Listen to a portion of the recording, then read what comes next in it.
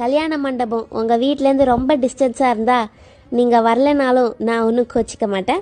ஏன்னா எனக்கு சோறு செலவு மிச்சம். வரவங்க என்னோட கிராண்டாக ட்ரெஸ் பண்ணியிருந்தீங்கன்னா உங்களுக்கு உள்ள என்ட்ரியே கிடையாது. ஏன்னா நான் மட்டும்தான் அன்னைக்கு அழகாக இருப்பேன். புரிஞ்சிச்சா? கிஃப்ட்டுக்கு tea cup, clock, flask, photo frame இந்த மாதிரி பிரயோஜனம் இல்லாத கிஃப்ட் கொடுக்கறதா இருந்தால் தயவு செஞ்சு அதை வாங்காதீங்க. அதோட அமௌண்ட்டை கீழே ஒரு ஜிபே நம்பர் கொடுத்துருக்கேன், அதில் ஜிபே பண்ணிவிடுங்க.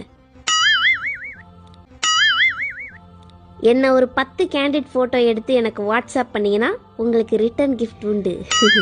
உங்களை நான் ஸ்டேஜில் பார்த்து சரியாக பேசலனா நீங்கள் என்னை இதுக்கு முன்னாடி வச்சு செஞ்சுருக்கீங்க, அதனால தான் இருக்கும்.